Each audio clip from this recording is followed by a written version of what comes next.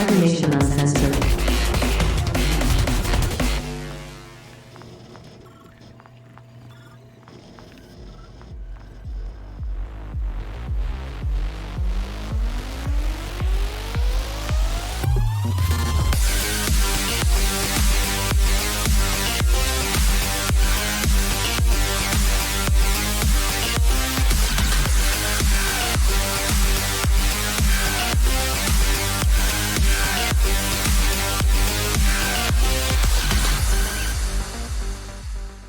We are live yet again for wonderful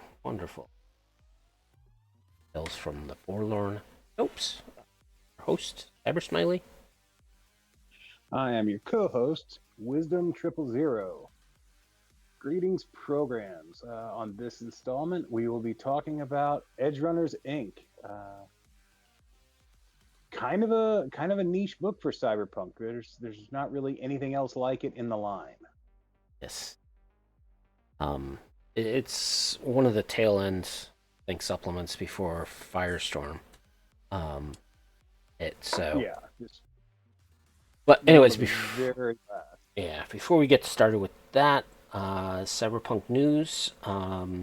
So Dark Horse just released their latest comic series for 2077, which is called Kickdown. I already got it, read it, loved it. Man, yeah. I gotta. My store didn't have any copies, so I gotta track that shit down. Probably have to order it. Yeah, well, I do the digital because I've been in a comic book store in God knows how long. But yeah, so definitely worth series goes. Definitely. I do it. Give you spoilers, but definitely. From what I've seen of the art, I like the art in this series the most out of all the art is good. Cyberpunk 2077 miniseries that have come out so far. It's more, it's detailed. It's more like classic comic art, with the clean lines, and I don't know. I just like it. Yep. Their news is our stream, which do in the past month or two, interviewing some guys from Embody. I have yet, not probably going to buy it, but I watched Cyberpunk 77 influencer, content creator. He talked about it. He actually liked it. He didn't really see too much of a difference. There was a slight edge, but things that thought was spectacular. But you know, so they had an interview with those guys talking about it. These red streams, wondering if there's going to be one more patch. Hardly, if not any, developers currently working on Cyberpunk, but talk that there was still something. You know, the quarterly report said that there was no. I don't know. I hope there's. I mean, I can't imagine that they're not. Yeah. So they just have, like, focus is going to shift depending on what project they're anxious to get out. Yeah, and right now, it's nice to see that the Boston studio is ramping up pretty quick.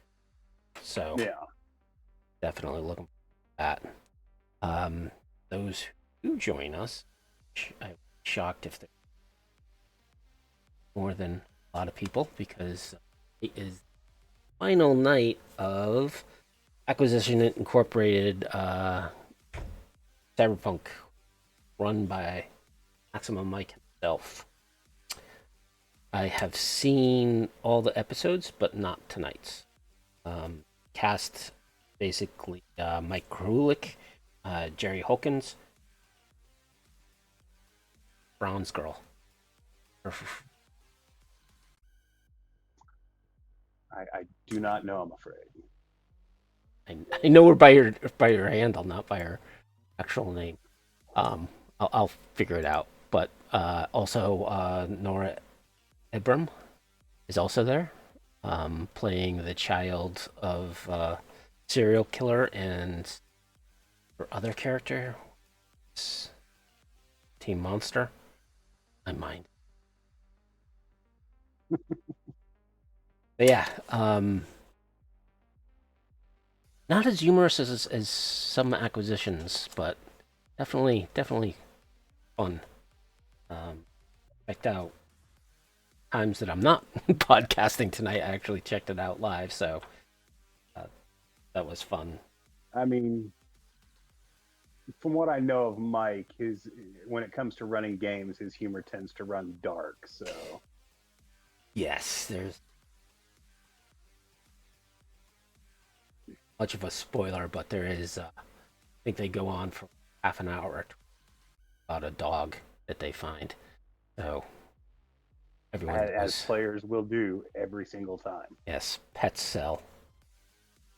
So that's who Anytime you we're want to distract the players, throw something cute and fuzzy at them. exactly. So that's what we're competing against.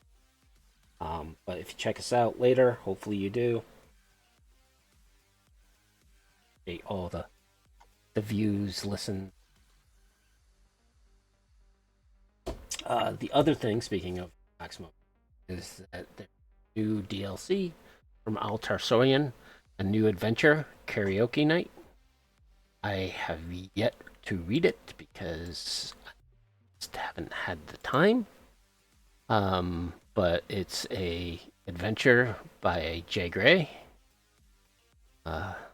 Seems to be doing quite a lot of the fun stuff.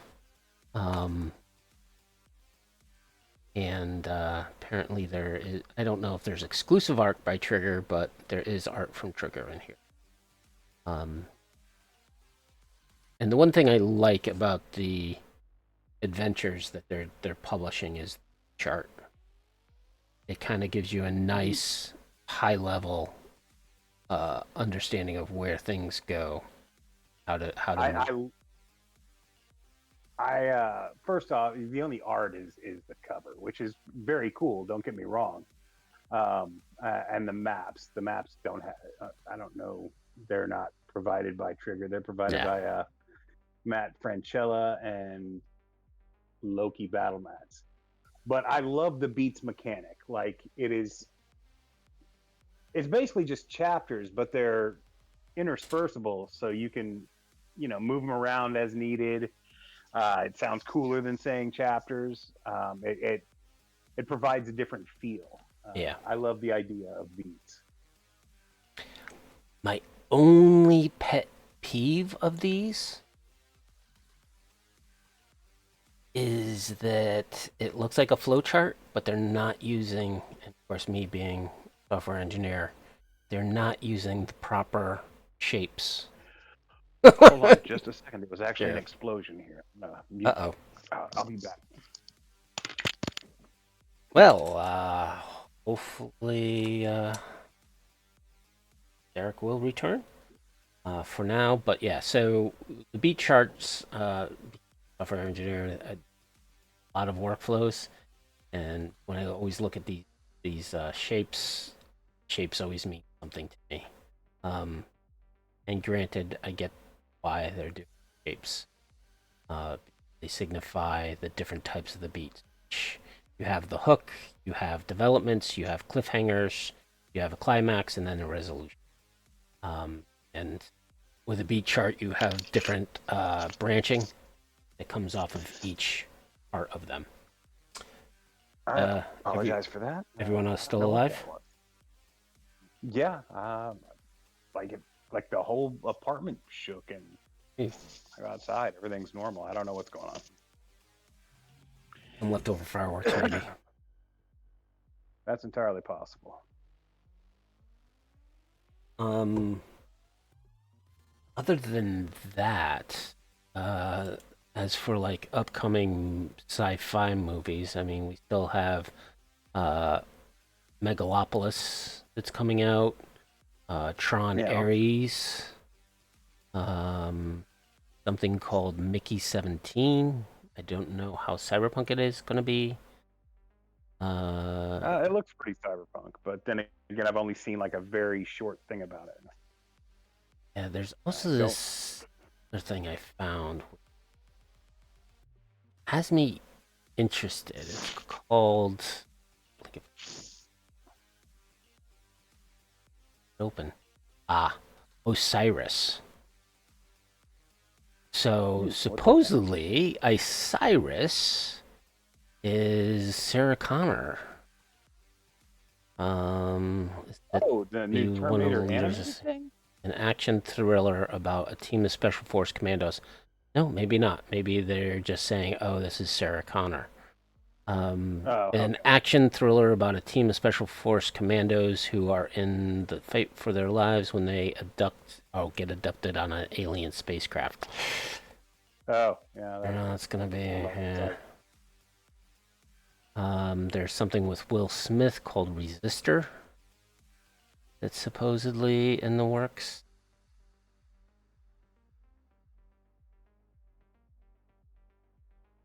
Yeah. Well, at least Blade Runner is still to come out, and Neuromancer, of course, is still in development. yes, but Uh, IDM has a page for Neuromancer, an actual page that got yeah, updated recently. So that's the first I've seen of that. Like that's the first time I've seen an actual Neuromancer page up on IMDb. So that's hopeful. It's nothing final, but it's hopeful. only Uh, problem is there's several Neuromancer pages. Some of them have yeah. stuff in it, some of them don't. But you want to look for Callum Turner and Brianna Middleton. Well, speaking of cyberpunk movies, we mentioned it last show briefly, but I finally got around to seeing Bionic, which is a Brazilian cyberpunk movie. I really enjoyed it. It's very it's got some very silly things in it, but my favorite thing about it is there's just casual cybernetics all over the place. Like everybody's got some amount of cyber, and Yep. some of it's more glaringly CGI than others. Um, but it's really cool to see that. Usually, it's like one character's got you see cybernetics, and they like blew half their budget to do that. But this movie is very heavy on the cyber. It could the plot is could come straight from Cyberpunk 2020. Like it's Or Cyberpunk Red. it's a solid or Cyberpunk Red. Uh, it's a solid cyberpunk story. Some like I said, some of it's a little silly. Like it falls into that trope of cybernetics being able to do shit that they wouldn't let you do. Like having one cybernetic leg and suddenly you can run faster. Like your body doesn't work like that. But once you get past that, it's pretty solid. Um, I would say it's this generation's nemesis. Not as the action isn't as good. Like it's not very action filled. There is action, but that's not the focus. But in terms of cyberpunk atmosphere, it's win. Right. Yeah, I mean, I enjoyed it. I mean, wasn't sure. Um, but some of them can be, I don't know, the dialogue, translation sometimes can be a little more drawn out. Uh, Yeah, but it definitely this like the had some voices good don't beats. match the people. Yeah, but the beat, right? The following of the dialogue, the story, the plot points really Yeah, kind of push the story a lot quicker than some stuff I've seen. foreign film. Nice. Starting to get Yeah, I mean, a like little you more. said, Brazil has a pretty mixed history of putting out, good movies. But they've put out some real fucking gems. City of God was fantastic. Like it's must watch True. viewing for anybody who wants to run like a combat zone game. Very true.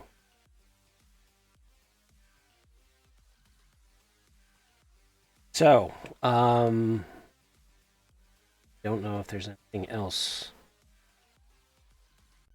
that you know of that talk about.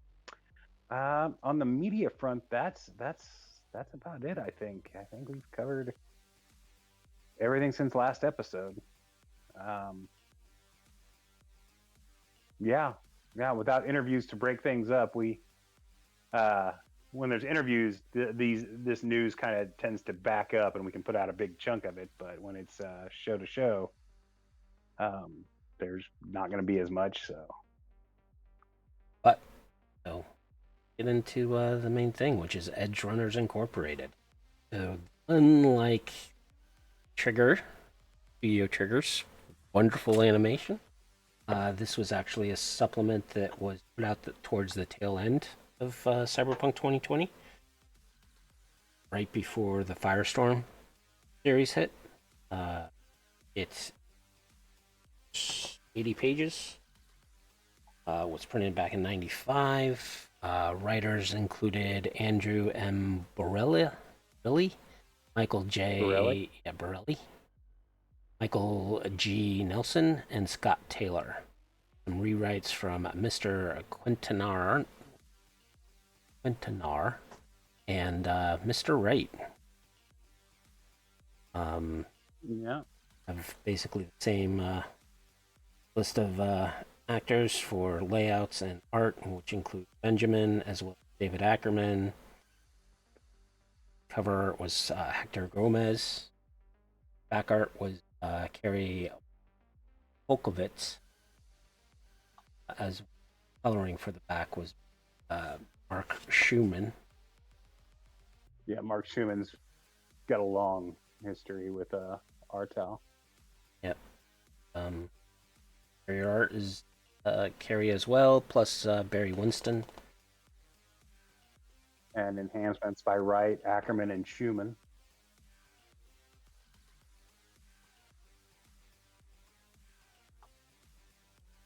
Influence. Well as. Anyways, so the forwards by Derek.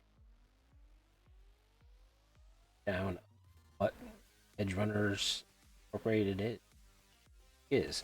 Basically, the book is half of it is characters, right, of various roles and classes, and then the second half is kind of a mixture of organizations and contracts from those organizations.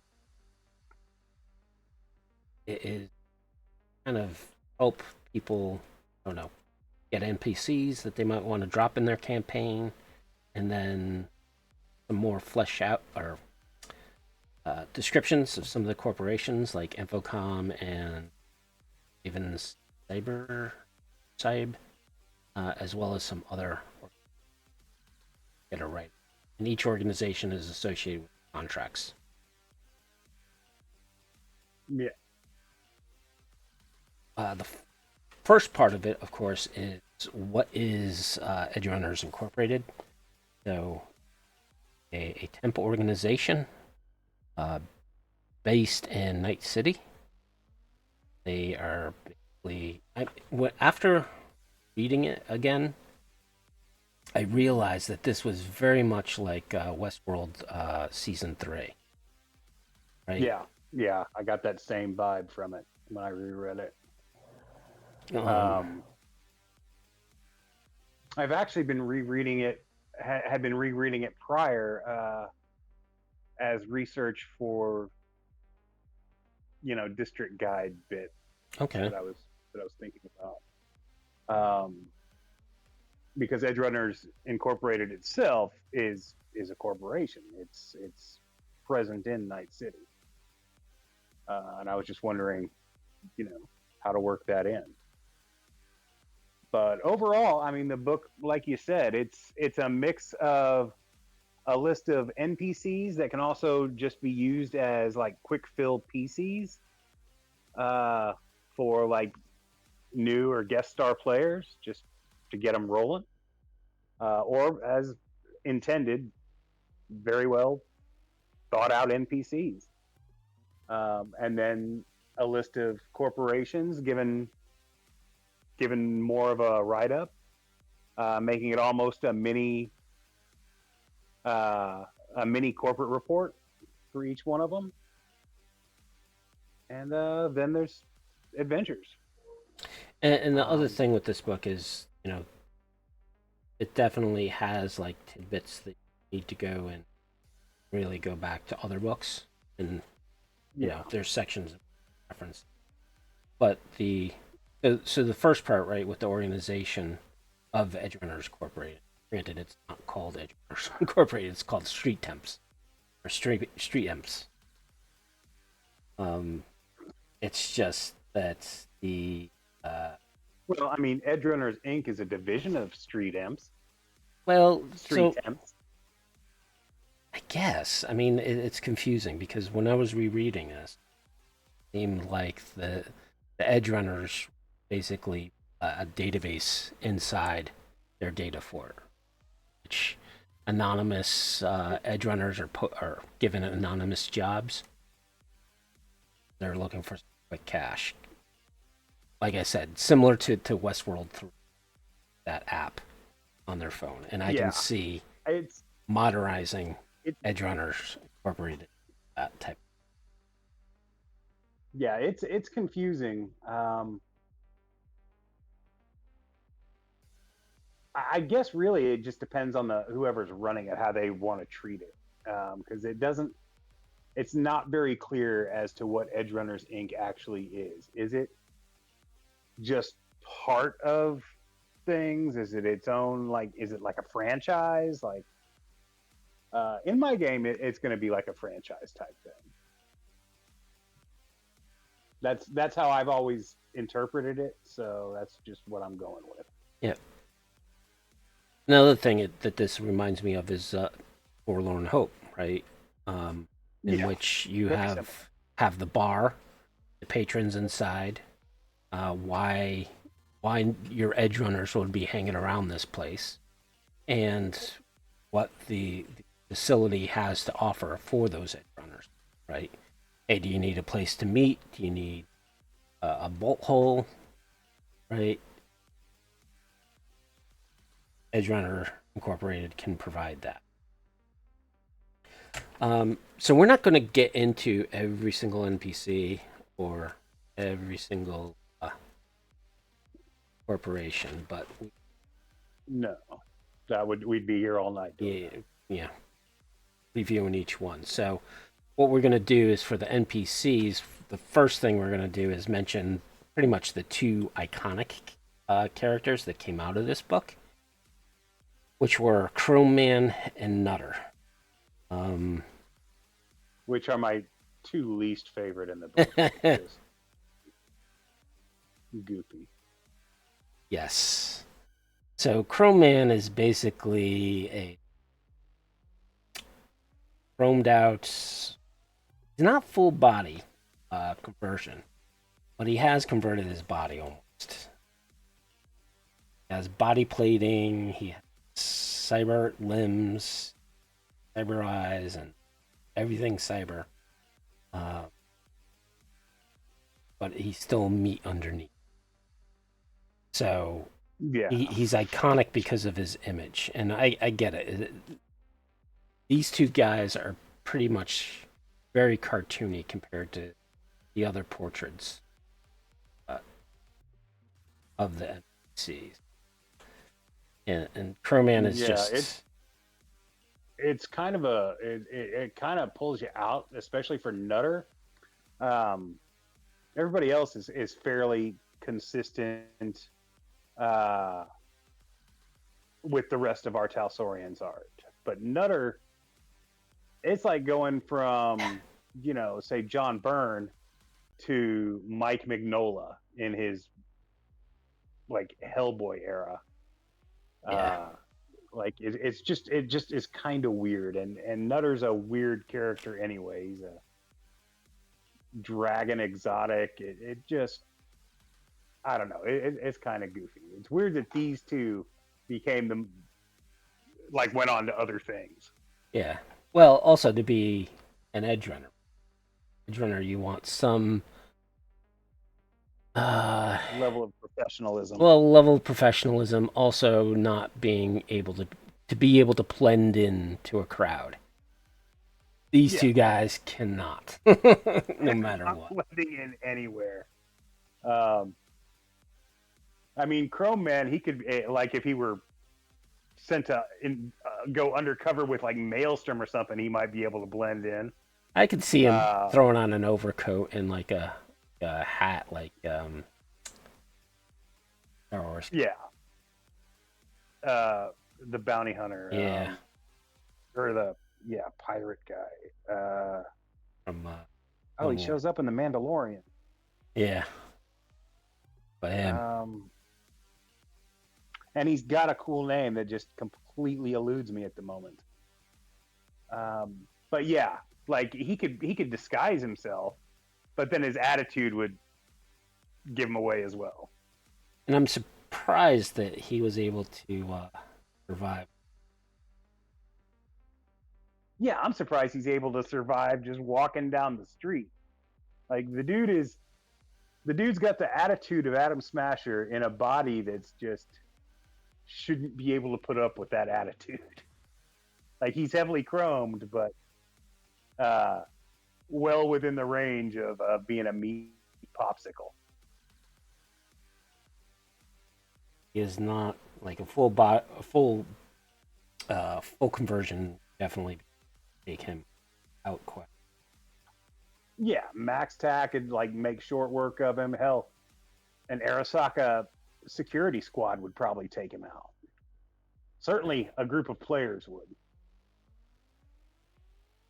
Yeah, and Nutter's Nutter. Yeah, Nutter's Nutter. It's actually a pretty apt name because the dude is not all there.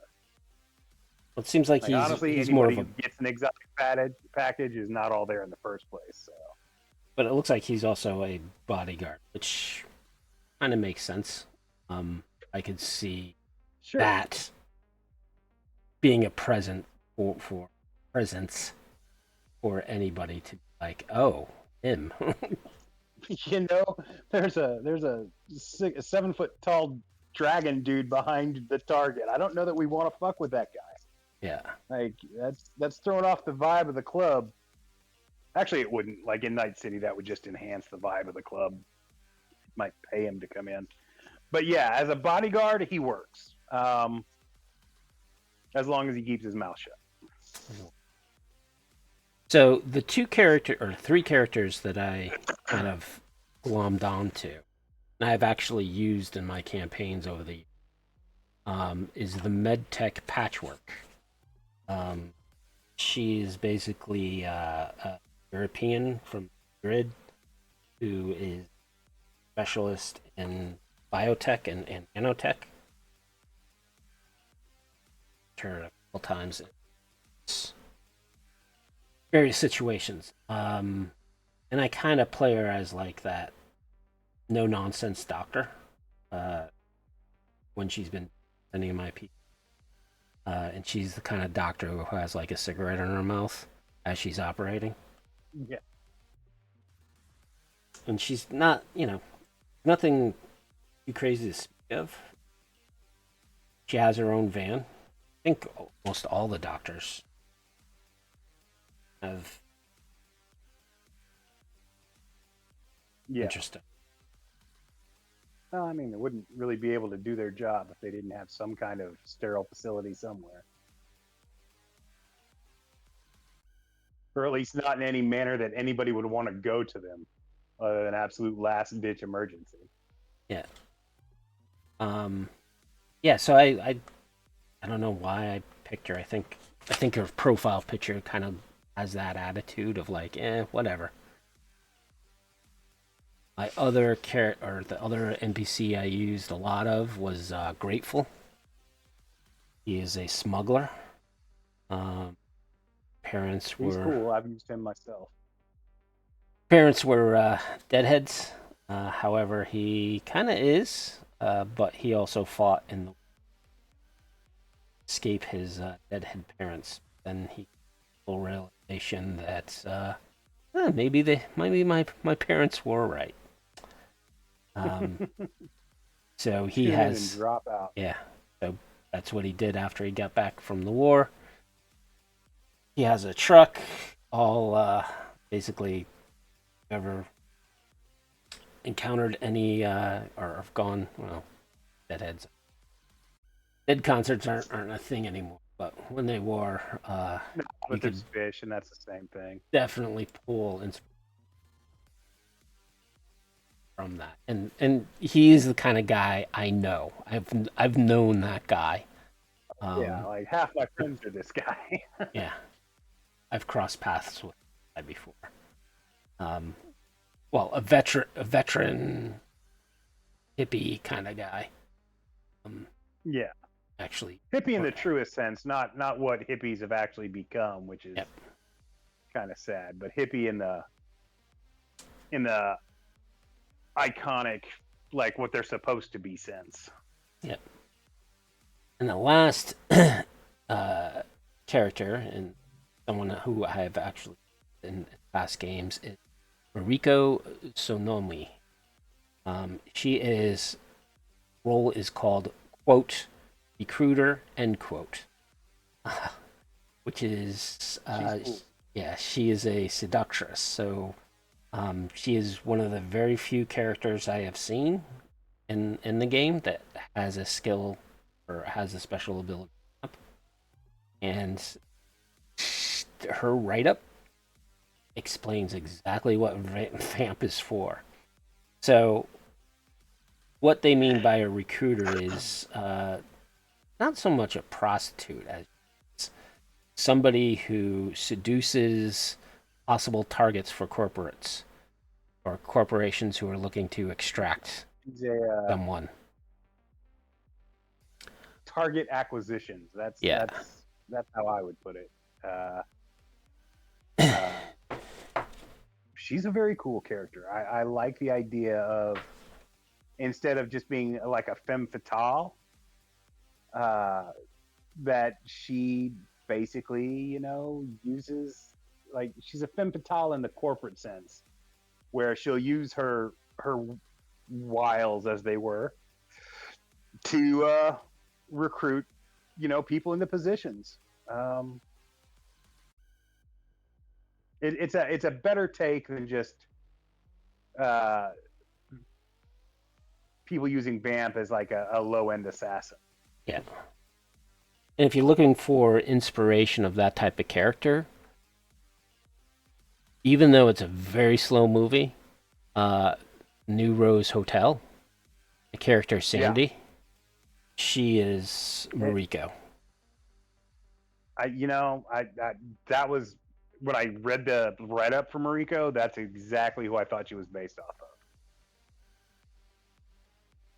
Those are my three PC. Did you? Who did you were you drawn to? My favorite in the book is Victor Crow. Um, he's just a very stylish dude. He's a fixer. Um, he comes from like a he comes from a privileged background. He knows the ins and outs of wealth and corporate tastes, and he uses that to do what he does.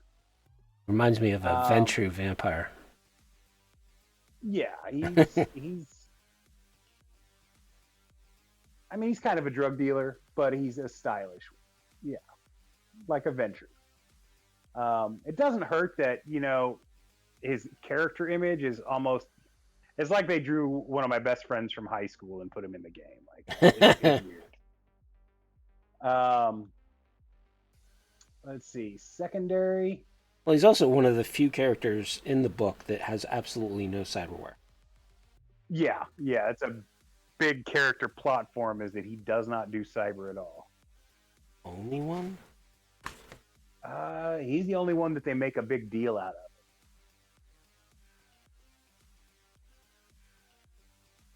Yep.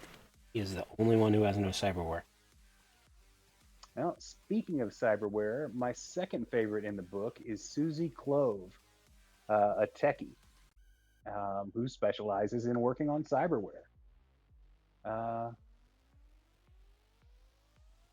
she's black and Irish, which is a cool mix. Um, I don't know. Um, she is basically your prototypical techie uh, who's been wanted by several corporations, including Trauma Team and EBN, the police all over the state, various, well, more than one state. Um, she likes to install illegal cyberware in people. She's okay with that, and has used that cyberware to pull off some pretty underhanded jobs. Um, she's supposedly fairly borged up, but the image of her is only showing her with a cyber arm, and it's a pretty good image. Well, she has both arms are cyber, both legs are cyber. Yeah, yeah, She has no like, I mean, skin weave. She has a lifesaver. No, she does have. yeah. She's got it. She's got it. I mean, she's heavily borged, muscle bone lace.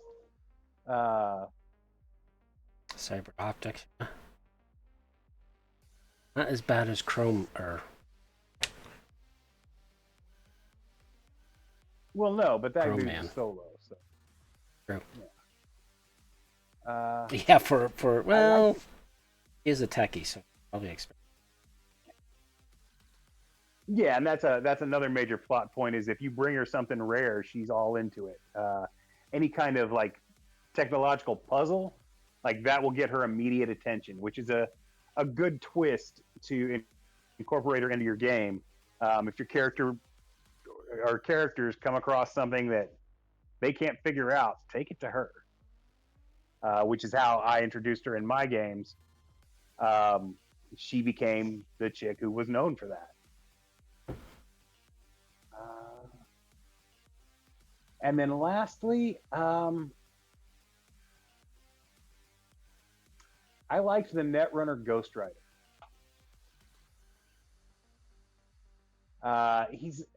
He's just kind of maybe it's just because I dig his name, Gray Falcone. Like that's just a cool fucking. It's realistic while being badass at the same time. Like I could see somebody having that name. Um, he's kind of he's a net runner who's not afraid to mix it up physically, and I like that too. So if you need somebody who's gonna go into a job with you, this is the guy to call. I think also the only one.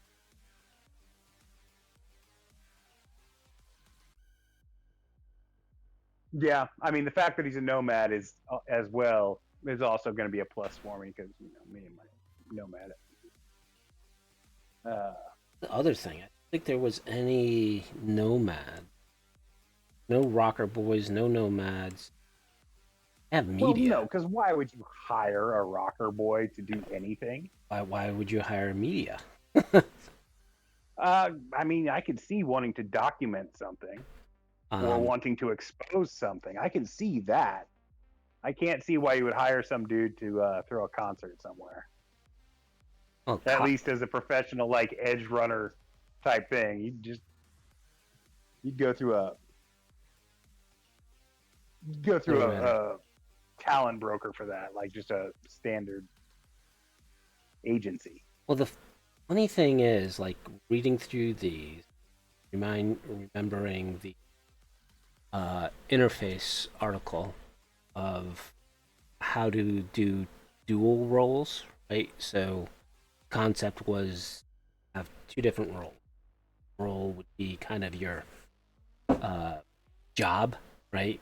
So either you're a corporate, you're law enforcement, you're nomad, or edge runner. And then you had the more specific or the actual job you would have within that organization, right? Yeah. And it seems like there's no corpse, there's no nomads, well, except for Ghost Red.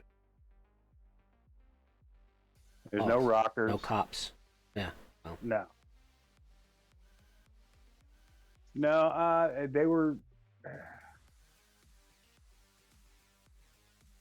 really solos and media. Well, no fixers. For a second, I was thinking maybe they were just doing the ones who didn't get their own source books, but that's not the way it went either. But yeah, I would tend to think that any cops who were employed by edge runners wouldn't want that advertised at all. Um, Same with corporates, really. Uh, and rocker boys would just be useless. yeah, doing kids parties, Sure, sure. of mitzvahs, you know. Dress up like clowns. They always need a and the band. Ninja Turtles. Yeah, they always need. Oh, need somebody to come in and Yeah. entertain the old folks. So there was 30 pages of NPCs, and basically that's 30 NPCs, one per page. Yeah. Nice. So the next. It's weird to me that the staff of Edgerunners Inc. itself, they were just given like paragraph long write ups. Well, they're like Kind the the Forlorn hope, and how they got sure. that approach. Right? They're just they don't need a full write up, in my opinion, because I think a GM is gonna take them and make them their own, complete. Sure, sure. So that's kind of the first half of the book.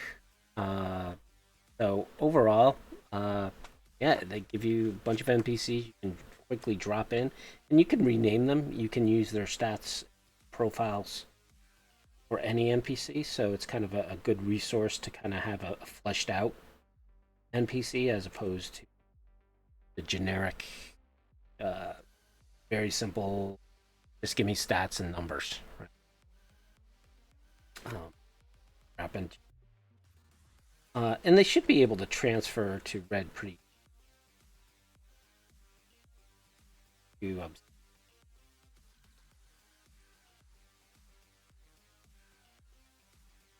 One thing that they don't have, other than vehicles, won't go in what each of these have. So open up. I think that was kind of brought me to another idea of like how the founders of Cyberpunk viewed missions, right? So during a mission, your equipment was given to you. Either you had to return it or. Yeah, it was, your equipment tended to be mission specific. Yeah. And because most of the things you're doing is criminal, you'd also tend to get rid of the equipment at the end of the game. You don't want that shit traced back to you. So the second section of the book, and I'm just going to read out the different organizations quickly. Not going to go into any of them. Derek picked one. I picked one.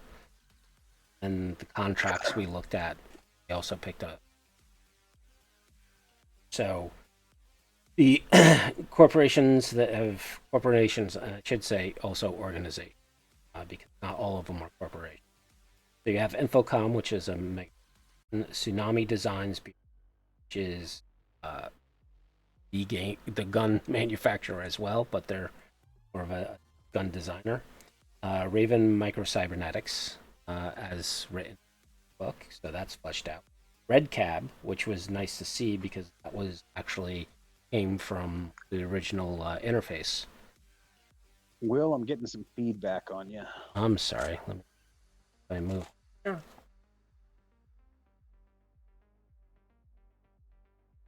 that a little better?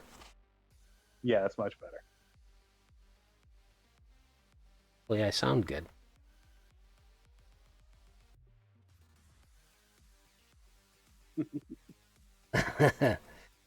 I'll read it. I'll listen to it. Volume is.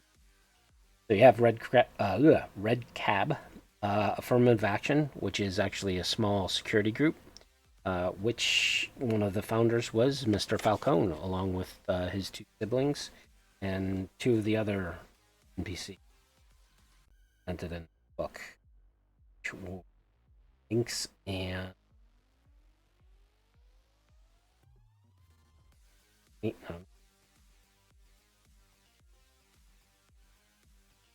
brain.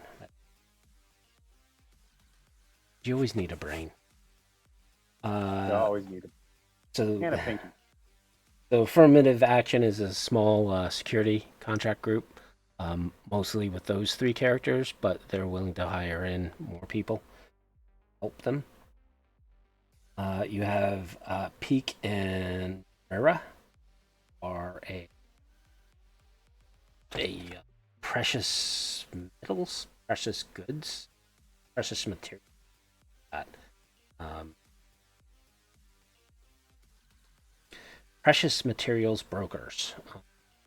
They are basically deal and trade various materials. Very small company, and some of the numbers were very confusing in their corporate write-up. Yeah. Have a retained earning for 2020, which is around $2 million. However, total stocks they have 111.5 million shares. So that was a stockholder getting those type of dividends. Not so much compared to a couple of the other corporations. Yeah. I'm wondering if there was a the weird stock issues just I don't know. If you're running a corporate campaign, I could see that coming in handy, but it's The other thing I liked with these corporate write-ups is they actually presented a little more of the board to present to the players, yeah. which was bad. The next corporation, Yeah, I like that they fleshed that out. and it kind of gives you a person who you can then have underlings underneath who are underlings underneath and really get them into your game. What's the likelihood of a street guy actually talking to the CEO of a mega corporation? It happens. Yeah, I mean, it's but not the hierarchy doesn't go deep in detail, but it does provide some level of hierarchy Mhm. at the top, which allows for different avenues of contact. Yep. The next corporation is Biomass Laboratories Group, GMH. They are the ones who actually have created skill chips. Interesting. They made an appearance now. There is a political little activism, supposedly with terrorist ties, called Biogenesis. They have two sects. One is the researchers, doctors, professors who believe that biotech is should be avoided, while there's another group that takes it to the next level and causes violence. You have next organization called Network First, similar to previous group. There's and this kind of reminds me of Anonymous. Um, Yeah. they are basically hackers and computer scientists. Half of them are about liberating the net and using the net for their own purposes, while another segment is about reclaiming the net from corporates, destroying the corporate infrastructure. Have next a volunteer organization called CityMed, who provide medical help in various cities uh, to help out fortunate. And last organization is Cult of the New Dawn, which is a religious order who not really sure exactly what they're trying. It seems like the humans need to evolve, and they are the ones kind of what's up. The one that kind of drew me most to the same thing is Network First as an organization, just because I'm a fan of Netrunners. So, uh, this back in the 90s, so the whole concept that information is free,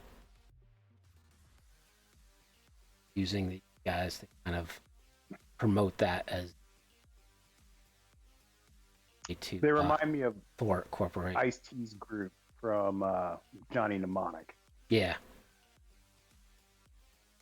And it's funny that, this organization was written up and then Anonymous came out in the 2000s, Yeah. which had similar ideas, right?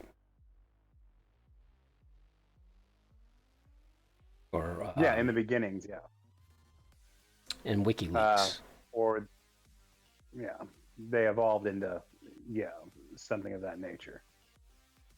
So so they have these two parts, which are the smoothers, who the premise is basically the net. How it's structured is there's a lot of space in there, right? Because you have a mapping of the world into the net. So the smoothers are basically setting up shop and creating a second life in the places where there are no cities, and taking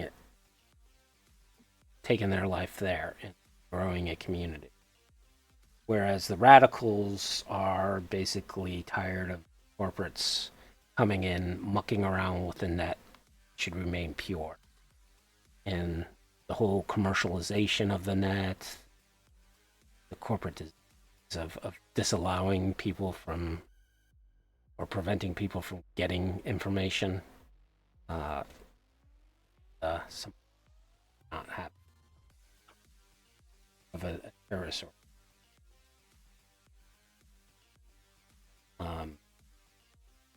Yeah, I mean, this is the one that kind of, as an organization, I've never really used any of the organizations in this book, nor have I run any of the contracts with game. And I could have done like a campaign with one. I think I was too much of a purist in my early days of being like, oh, I need to create my own, right? Yeah. I've used a lot of the corporations from this book and organizations. I really liked CityMed. I liked them as an alternative to uh, your sometimes nefarious back alley fixers. Is just these guys. I like the idea of an organized group of health workers who travel around in their tricked out RVs, going into neighborhoods and providing. Basically, it's Doctors Without Borders for the combat zone. And I've used that to varying effect in my game, and it's worked. I even had characters working for him for a little bit at some point. It's it's always surprising when I go in and read it at how large the organization actually is. Yeah. Uh, but yeah, I mean, there needs to be some altruism in Cyberpunk. Otherwise, it can't just all be gloom and doom with everybody because that just doesn't work as a game. There needs to be somebody out there working for a greater good. Otherwise, it's as unrealistic as if everybody's working for the greater good. Like there needs to be a balance. And yeah, the balance is overwhelmingly gonna be cynical in a cyberpunk game, but it's nice to see altruism in action. Well, it also Um, allows you to be. Like I said, I've never used it, but I definitely rereading it and all of this. You could use that city meds as kind of like a way to judge your players, right? Or give them kind of yeah, a moral dilemma, right? So they've been hired to get rid of, I don't know, some squatters. And they come to find out it's a makeshift hospital run by City Med. yeah, Or they're in the middle of. It's City Med, Noland. The bigger City Medical.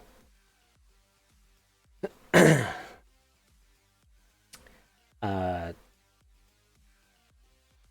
so yeah, or hey, there's a vehicle coming along that they want to ambush, and you come to find out they're it's one of armadillos. their ambulance things. Yeah. Um, Um, I also used Red Cab pretty expensively for uh, for one of my earlier campaigns. There was a story that ran across, I want to say Punisher War Journal. It might have been Warzone, but there was a story arc where like the cab companies in New York all went to war with each other, and they were fixing up their taxis with like bulletproof glass and armored panels and machine guns and shit. It was pretty silly even for a Punisher book, but for a Cyberpunk 2020 thing, it made for a fun campaign for a while. So yeah, I mean, I mostly used Combat Cab just because yeah, the quick and easiest one to look at. But yeah, I mean, and it also brings up a good point of just the great stuff that came out of Interface magazine. I really would have loved to have seen like stuff they did with the prison uh, security teams. That would have been fun to see in Act and Serve. Uh, yeah. I would have loved to have seen that. I mean, that's one of the things I wanted to talk to Thaddeus Howes about. Hopefully, we can still get him on the show because yeah, um, we'll work on it. Maybe the when in it's a little Penal Core, cooler. yeah, IPC. Like, I mean, they're straight up as a concept. They're straight out of Suicide Squad Yeah, as characters as presented. It's basically the guys from Predator uh, using the guns from Aliens. Like, I very much love the inmate penal core. and it's great that to see that there was that influence and that again it goes back to like how Mike treats fandom. Yeah. He loves Well, what I mean, you guys Interface was are doing. the official like Cyberpunk 2020 fanzine. They were recognized, and a lot of their stuff got turned into canon. A lot of the tech got included, like in Black Hands. Like a lot of all the guns are in there. Um, some of the tech shows up in the Chromebooks. Like I don't know. I think most of there's very little in like the first 4 to 6 books, or the first 4 books, the first 4 issues of Interface that can't just be directly translated into 2020 lore without any problems at all. Yep. I think it has. Yeah. Was OTEC? I thought OTEC was.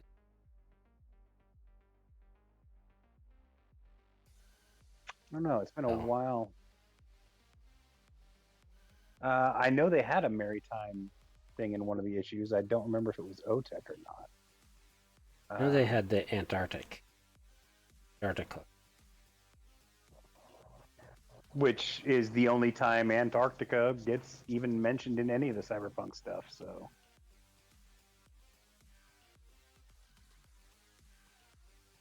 Yeah, so definitely a nice little shout back.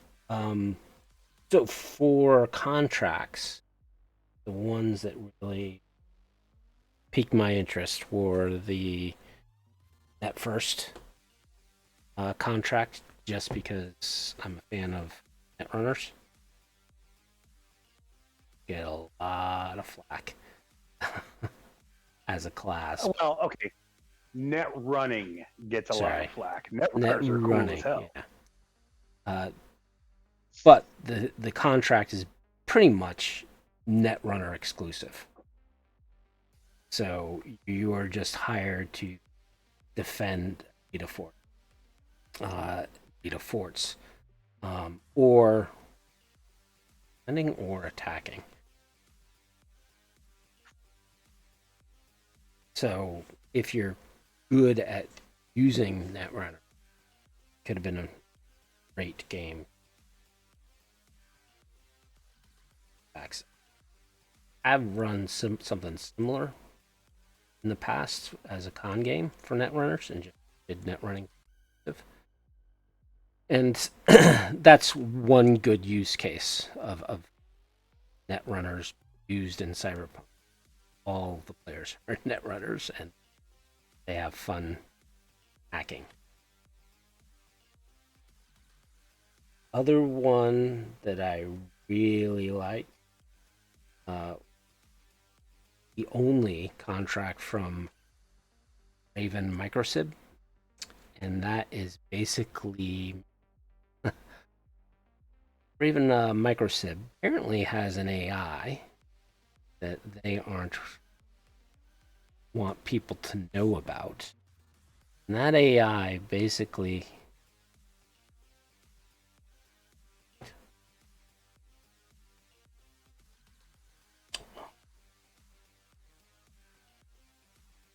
the Tsunami. Infocomp, I think, had the. No, it was Tsunami. Tsunami has the AI. That's the one. Yes. Sorry. So, contract from Tsunami, and again, the only. Which basically there is an AI that they stole from Aka.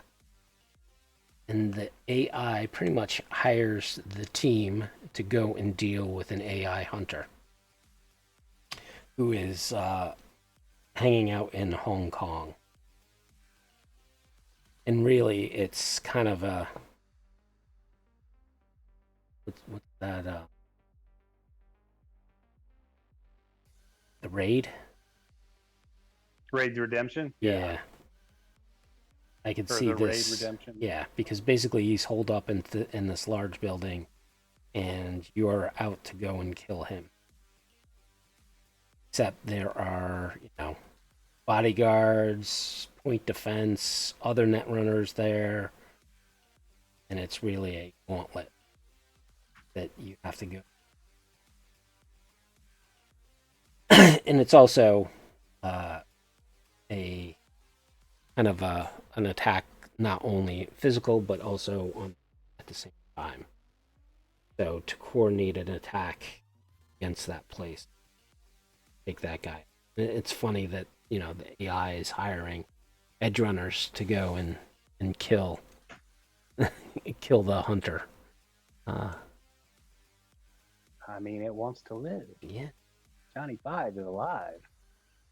And the last contract that I saw I could get a lot of use out of, probably make a. And basically, it's it's basically 3 adventures in contract for the cult of the one, in which the Yeah. players are hired to go and extract some of the culties got brainwashed and pull them out. They, they're being either hired by the parents, siblings, or husbands to go and extract, the people who have been brainwashed by this cult. So, This is actually my favorite contract in the book, mostly because I really like the idea of the cult of the New Dawn. It's basically take the puppet master from Ghost in the Shell and expand that into an entire cult. Just the transhumanist idea of it, mm, and I like that. I like the idea of them trying to put forth these ideas in a society that doesn't want to hear from them yet. Like they're still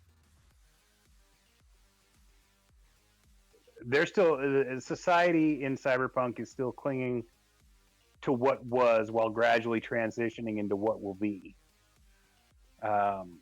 And the transhumanists just want to rush all that. Plus, it's at its heart, it's very much your classic extraction game, um, which is always fun. Pardon me. Sorry, a little antacid there. An extraction game where you're rescuing, hostages basically, or in this case, brainwashed cult members who don't really want to leave.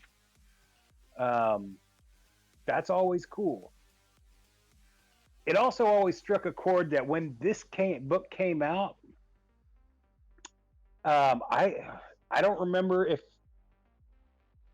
which came first in terms of publishing, but I know when I got the book, the David Koresh thing was still big news, and there was also that other cult at the time who thought that UFOs were going to come down and get them, and they all committed suicide.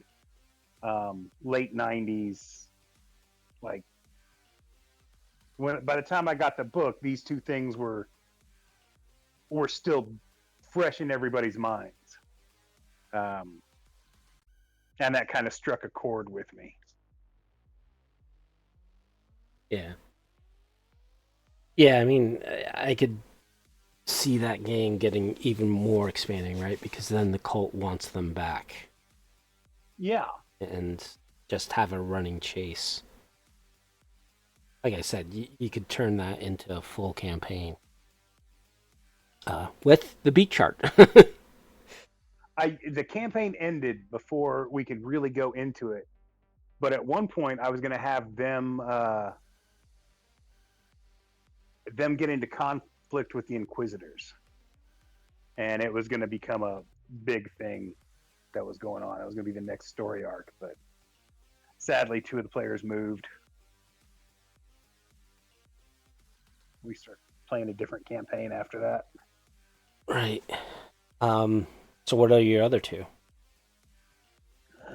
My other 2.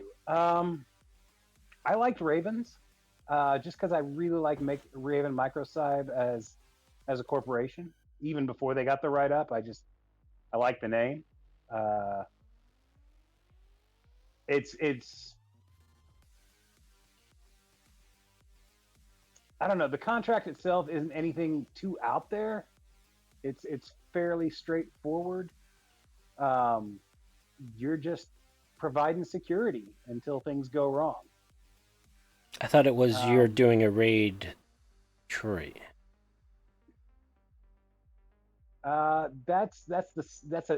the second one, I think, or is it the third? Like Raven gets 3 contracts, and think you're Uh, you're thinking of Infocom. Infocom. Uh, I am, in fact, thinking of InfoComp. All right. Um, Infocomp Can't has the most contracts. They have like 1, 2, 3, 7, 8. 4, 5, 6 contracts. You get a lot of attention. What the hell?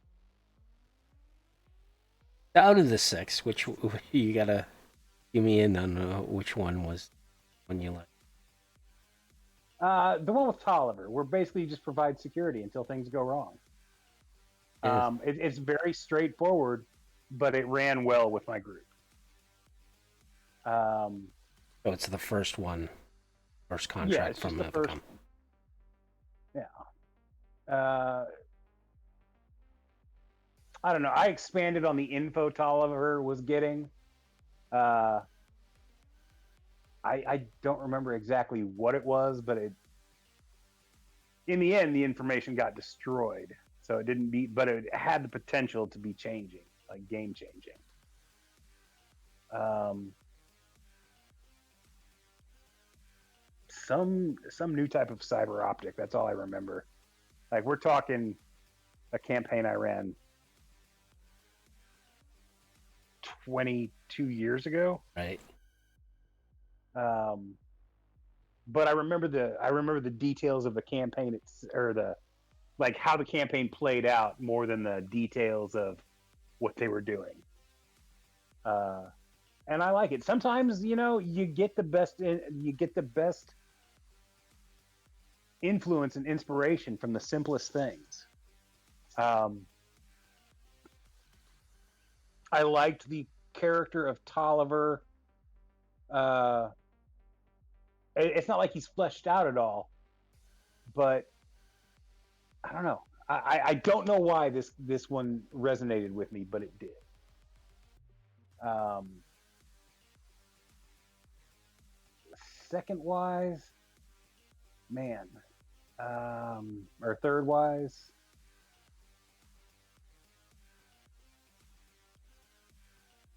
uh, like I said earlier, affirmative action. Uh, I loved the idea of it.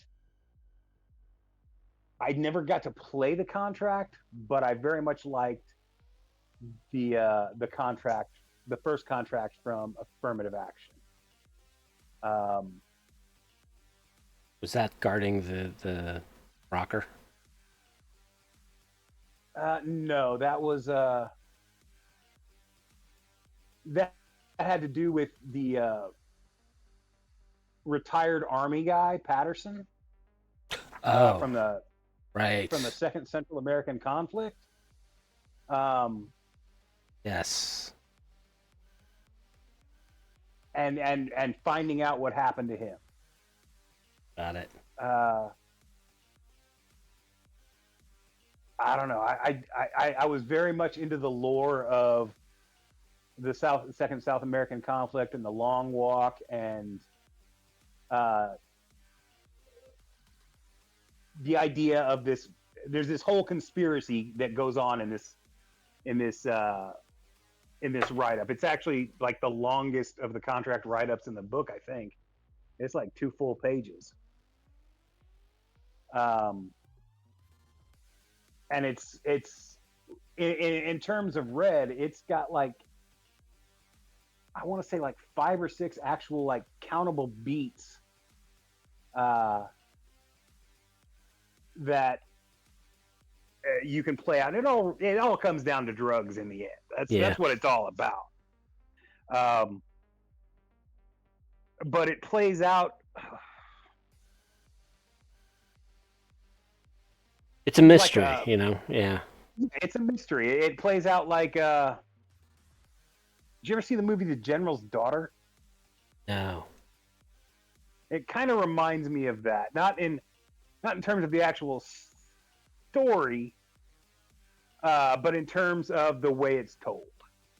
And If you liked A Few Good Men, you'll like this adventure.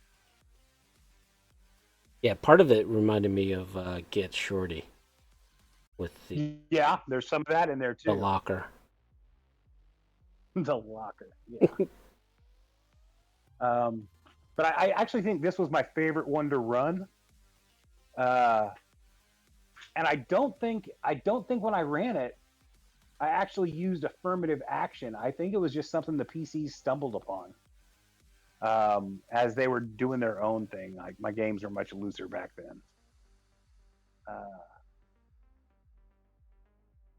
Yeah, again, but you're yeah, borrowing and from others and integrating it.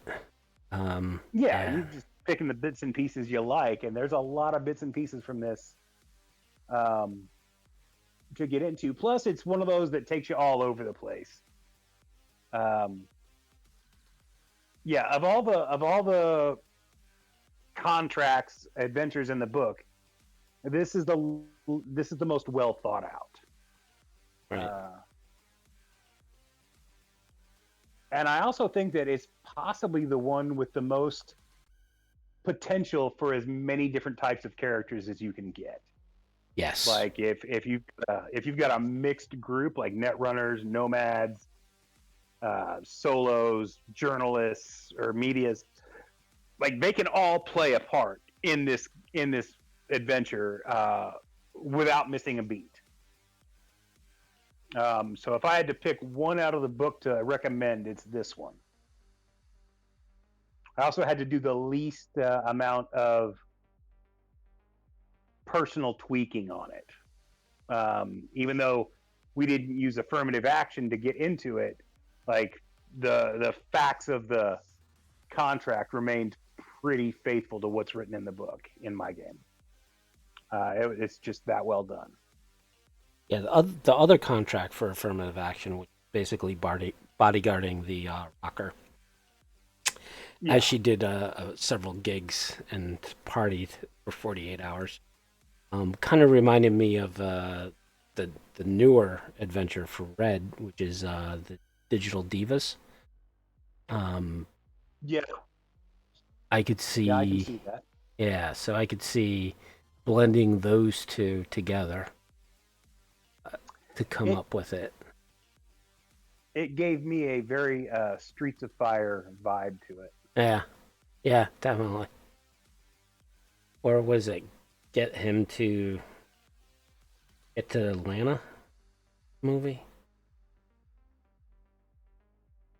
Um, Get to Atlanta. with Russell Peterson, comedian. I don't know. Get him to the comedy. Oh, get into the limo. No, no, no. Get him to the Roxbury. Might have been Something that. like that. I know what you're talking about. Get him to the where the guy's got to get the rocker from the plane and get him to the concert venue. I know what Yeah, you're talking about. and like Um, just the craziness happens. yeah, the name of the place they're trying to get him to completely Russell eludes me right Brand, I now. think he was in it. Yeah, he played the rocker. Get him to the shit. I don't fucking know. I will use my Google Foo and find it. But yeah, Yeah, I saw so that movie like once when it get came him to the out. Greek. Get him to the Greek. That yeah. Um, it was a pretty good movie. Yeah. Uh, But that's what this I've never adventure. cared much for Russell Brand, but he was good in that. But what I'm saying is this adventure Yeah, is it's that basically movie. that.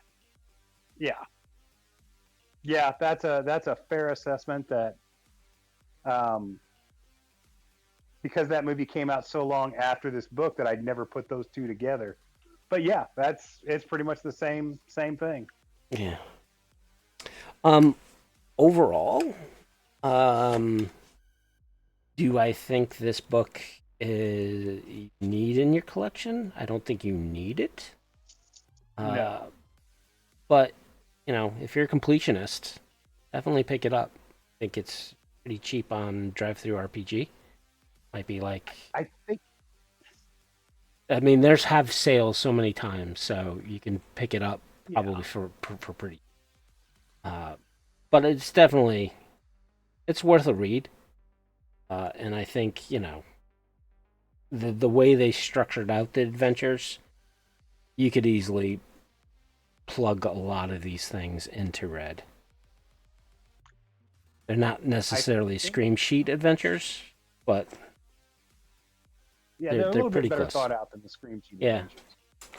I think a lot of people sleep on this book because it didn't have any tech. yeah, It didn't have any big uh, game altering things, and the contracts themselves aren't really written out like a proper adventure, like say Forlorn Hope or Night City Stories or any of that. They're just the concepts of the adventure, the chapters of it, as it were. Um,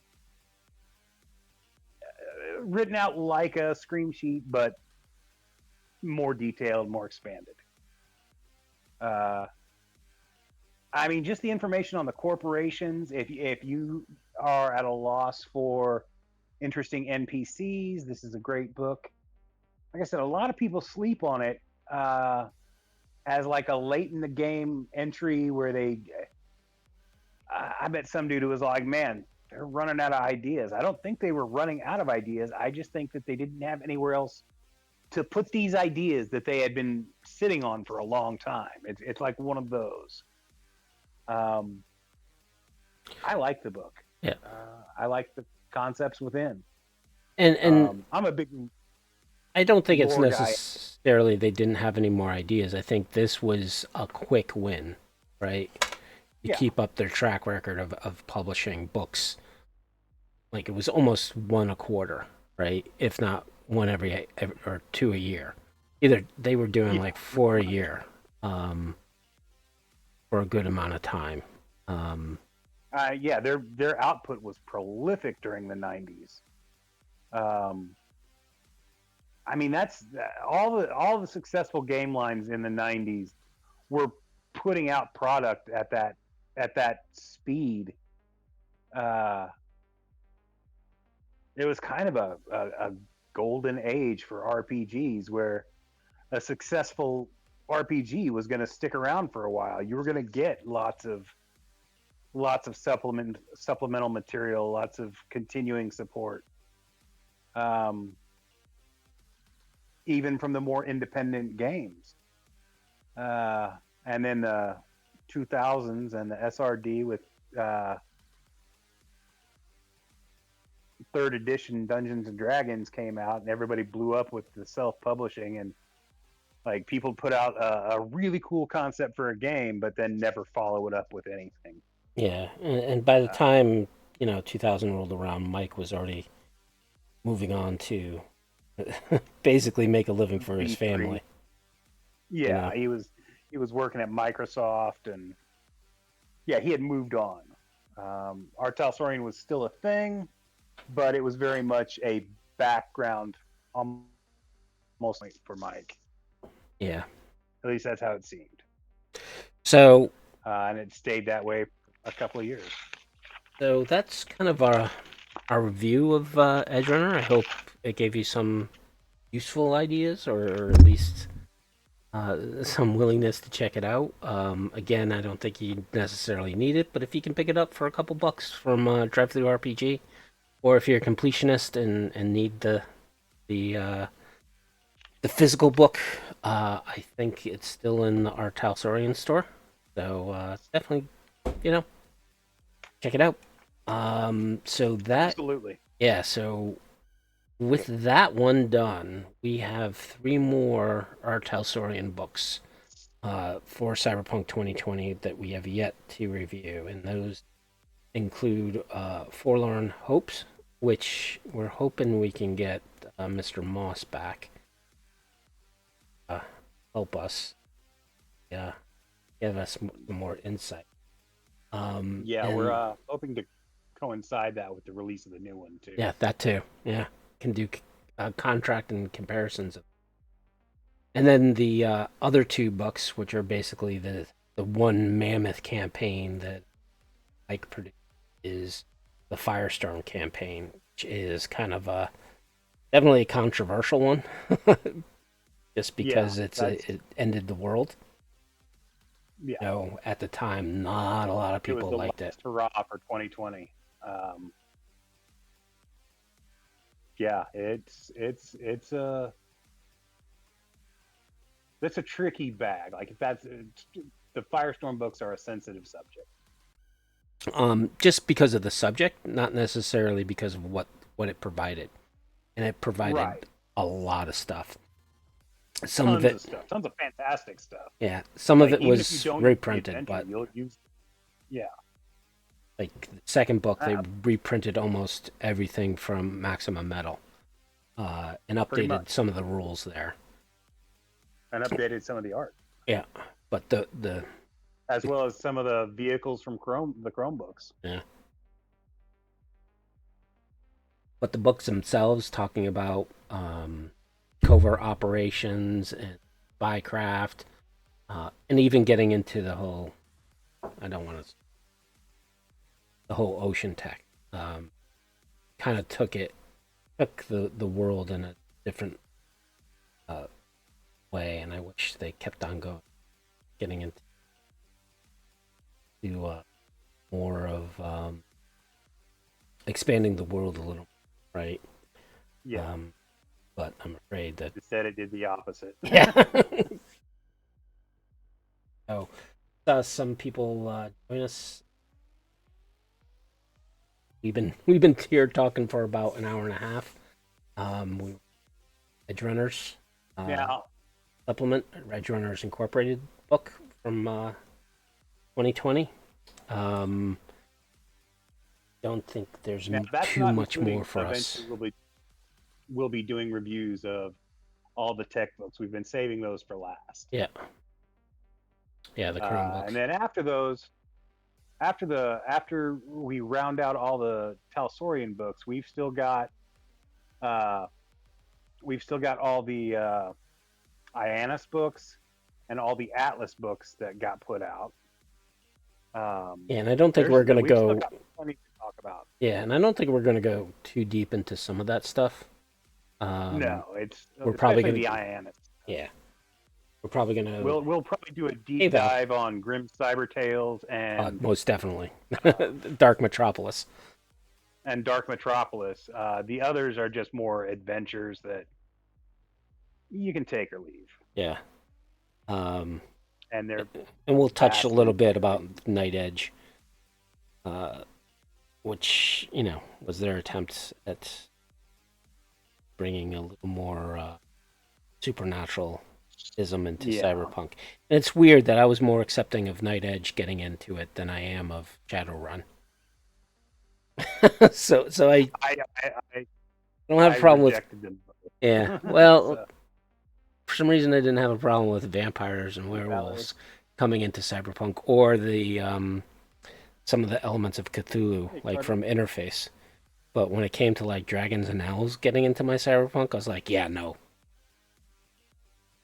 Yeah, I mean, it's definitely a different vibe. This was the attempt at. I mean,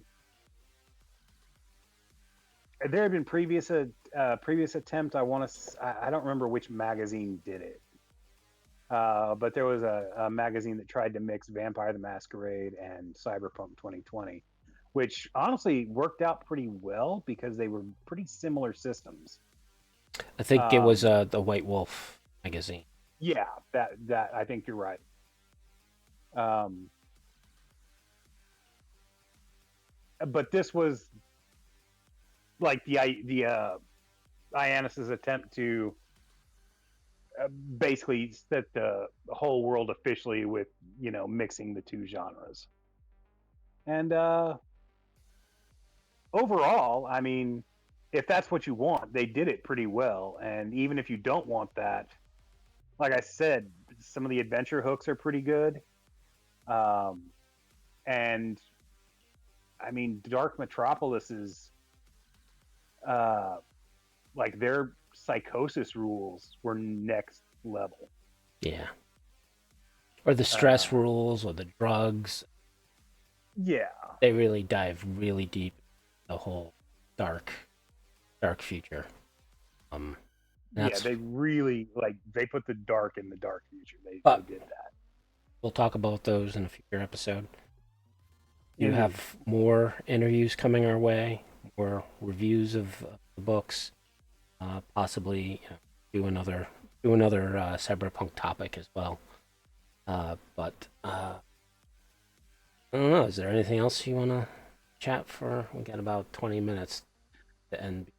I don't know that I've got 20 more minutes worth of information about this book in me. Um, because at the end of the day, while I say this is a book a lot of people sleep on, there's not much in here for the average cyberpunk guy. Like I said, there's no tech, there's no uh, ties to some of the deeper events. It's very much a plug and play. You pick it up, you grab an NPC, you grab a corporation, or you grab an adventure hook, and you go with it. None of it is like ridiculously detailed. But if you're running a fairly loose campaign and just need ideas or just need to flesh something out, this is your book. It's good stuff.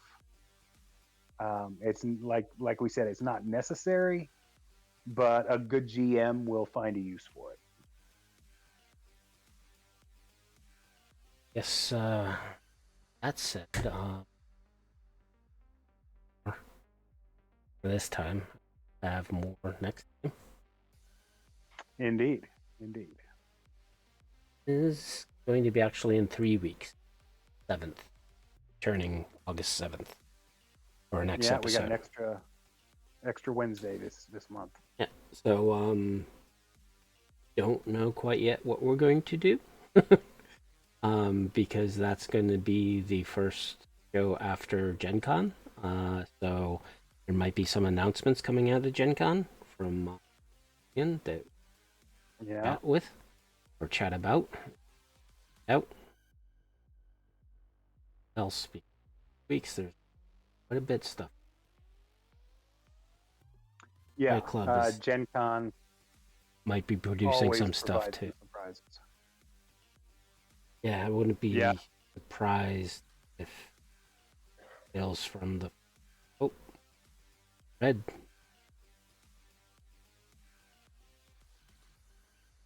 Or put out showcased. Yeah, even. It's possible. in, I mean, I in don't know what weeks. Artel Sorian's presence is going to look like at Gen Con this year, but judging by the last few years, they generally have something big to say or do at Gen Con. Well, last year they had a humongous banner hanging in the in Thoroughway. Yeah, So I want that banner. I don't know what don't have any idea what I'd do with it, but I want it.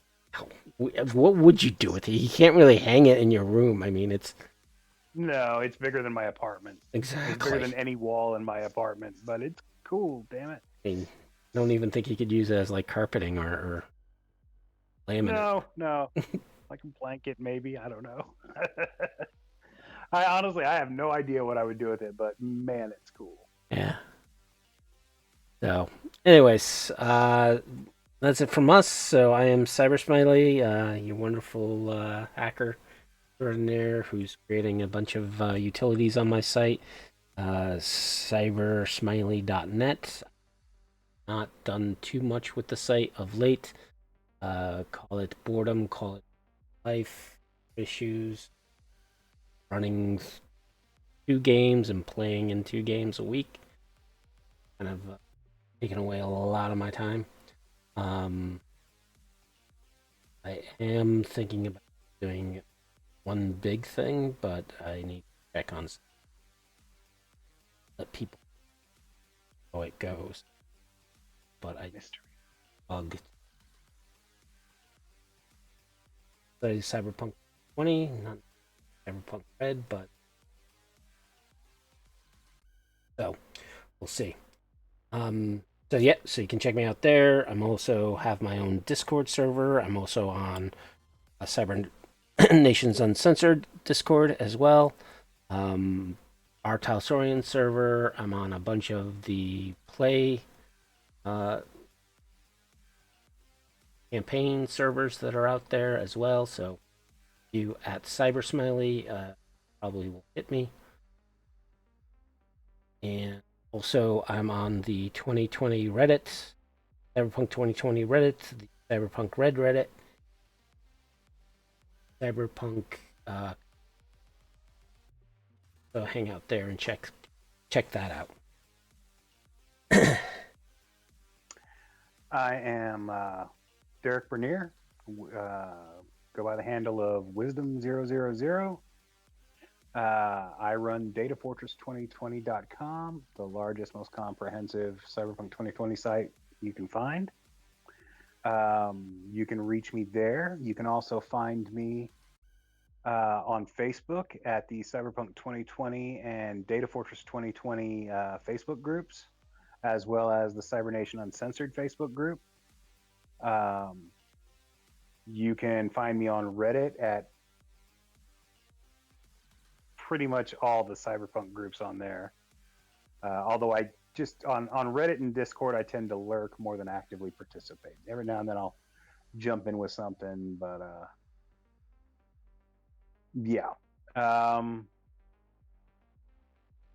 that's it. I'm not on Twitter or anything like that. Neither of us are.